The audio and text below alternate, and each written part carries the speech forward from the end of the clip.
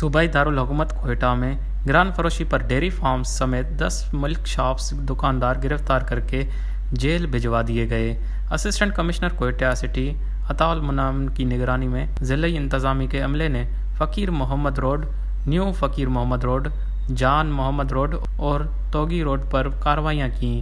5 dairy farms پر چھاپے مار کر 5 مالکان کو حراست میں لے لیا گیا، جبکہ توگی روڈ سے 5 ملک شاپس دکاندار گرفتار کر لیے گئے۔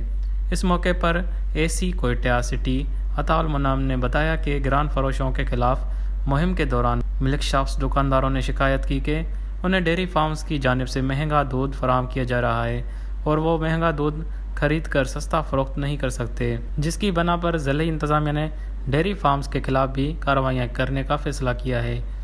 انہوں نے کہا کہ از خود نرخنامہ جاری کرنا انتظامی رٹ چیلنج کرنے کے مترادف ہے، جس پر کسی قسم کا کوئی سمجھوتا نہیں کیا جا سکتا ہے۔ انہوں نے کہا کہ ضلعی انتظامیہ نے فیصلہ کیا ہے کہ گران فروشوں کو بھاری جرمانوں سمیت قید و بند کی سزائیں دی جائیں گی۔ انہوں نے دکانداروں کو تاکید کی کہ وہ سرکاری نرخنامہ نمایاں جگہ پر آویزاں کریں اور عوام کسی بھی شکایت کی صورت میں ضلعی انتظامیہ کو آگاہ کر سکتے ہیں۔